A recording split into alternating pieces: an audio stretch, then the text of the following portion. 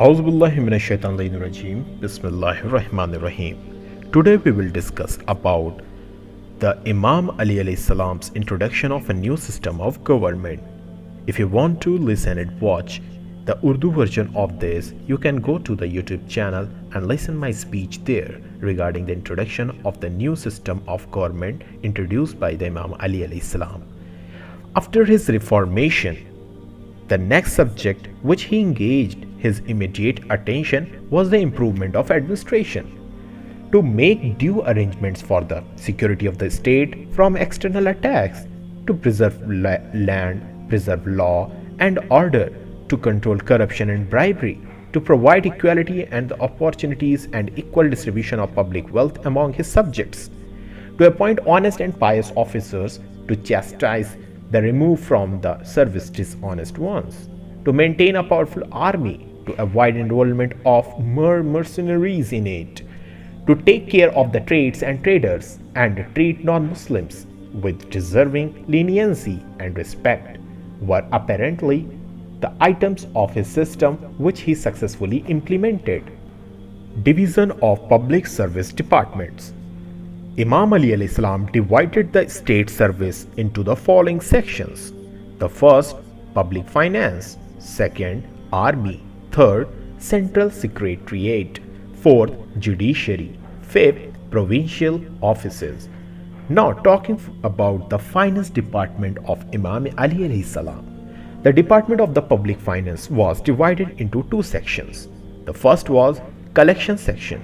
The second was distribution section. Collection section was subdivided into three heads, and only three kinds of taxes were allowed to be collected by Imam Ali alayhi salam. The first was land revenue. It was actually collected in coins of silver and gold or in bullion. Officers to collect this revenue were sometimes appointed by the center, but Imam Ali alayhi salam had also authorized the governors to appoint such officers himself. Second, zakat, the religious tax, and sadaqah, alms. It was usually collected in the kind or in a livestock. Officers to collect this revenue were always appointed directly by Imam Ali alayhi salam, and he took great care to appoint honest and pious persons on these posts and to keep a sharp look out on the activities and behavior. Third, jizya, a tax from non-Muslims in lieu of zakat, etc., and in return for the security and amenities provided to them. Collection of no other kind of tax from non-Muslims was allowed by him. Land survey was carried out by him wherever necessary. Every taxpayer had the right to appeal, and an appellate court was founded. Officers for this court were directly appointed by Imam Ali alayhi salam. He was the first man to introduce the budget system for collection of revenues and for its expenditure. Each province had to present its budget direct to him for approval.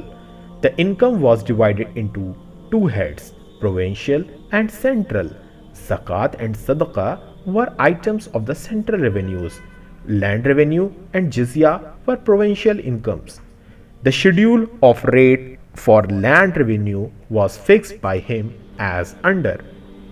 The rate for the land revenue was collected as per: first, the first class, that is most fertile land, they have to give 1.5 dirham per jareeb.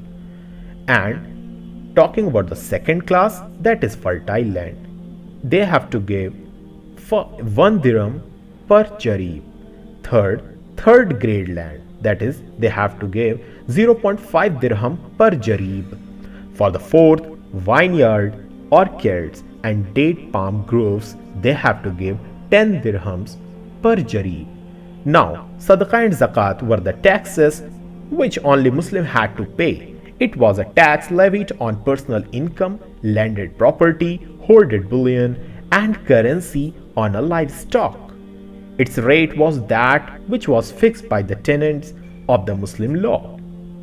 Jizya was a personal tax collected per head of a person, irrespective of his income or property, but such persons were divided into classes. It was an annual tax. The division of the classes was as under. First class, very rich persons and landlords have to give 48 dirhams per head. Second class, that's the middle class people, they have to give 42 dirhams per head. Third class, businessmen have to give 42 dirhams per head. Fourth class, general public, they have to give 12 dirhams per head. There were positive orders that no jizya was to be collected from the beggars and the person falling in the following categories. There were the 7 categories of the person from whom the jizya was not needed to be collected. The first was those that were above 50 years of age. Second, those that were below 20 years of age. Third, all women folk. Fourth, all paralyzed person. Fifth, all disabled person. Sixth, all blind persons. 7. All insane persons. Income from the source of zakat and sadaqah was reserved for the following heads. First, that is A. Administration of the departments of collection and distribution. B. Grants, donation and aids to poor, destitutes, orphans, aged women and disabled persons. C. Stipends to the volunteers who fought for the state. D. Pensions to widows and orphans of soldiers and officers of armies who fought as the war amenities they have to give it. E. To acquire and to set free slaves from the bondage of slavery. F. Reparation of the government loans. G. To help Hajis whenever and wherever they were found stranded. Items C to F were for the first time introduced by Imam Ali alayhi salam, and so far as F point was concerned, previously no king ever taught his kingdom to be morally obliged to pay back a loan taken from the somebody. Imam Ali alayhi salam was the first man who declared the shares of income from the state was equal to that of any commoner. Income from jizya was earmarked for the following items of the expenditure. First, maintenance of army. Second, construction of and maintenance of forts, and the construction and maintenance of roads and bridges, sinking of wells, and the last, construction of sarais, that's the rest house or the inns. Now, the land revenue was the provincial income to be spent on the maintenance of courts, offices and others necessary items as per order of the center. Before I bring to an end the narration of his system of revenue collection, I must mention a remark passed by him in this respect to one of his governor. Listen. He said, "So far as a collection of land revenue is concerned, you must always keep in view the welfare of the taxpayer, which is of primary importance than the taxes themselves. And as actual taxable capacity of people rests on the fertility of the land, therefore more attention should be paid to the fertility of the land and the prosperity of the subjects than to the collection of the revenues." Distribution of public wealth was a subject on which Imam Ali alayhi salam devoted much attention, and which in return caused him to lose many of the adherents and followers.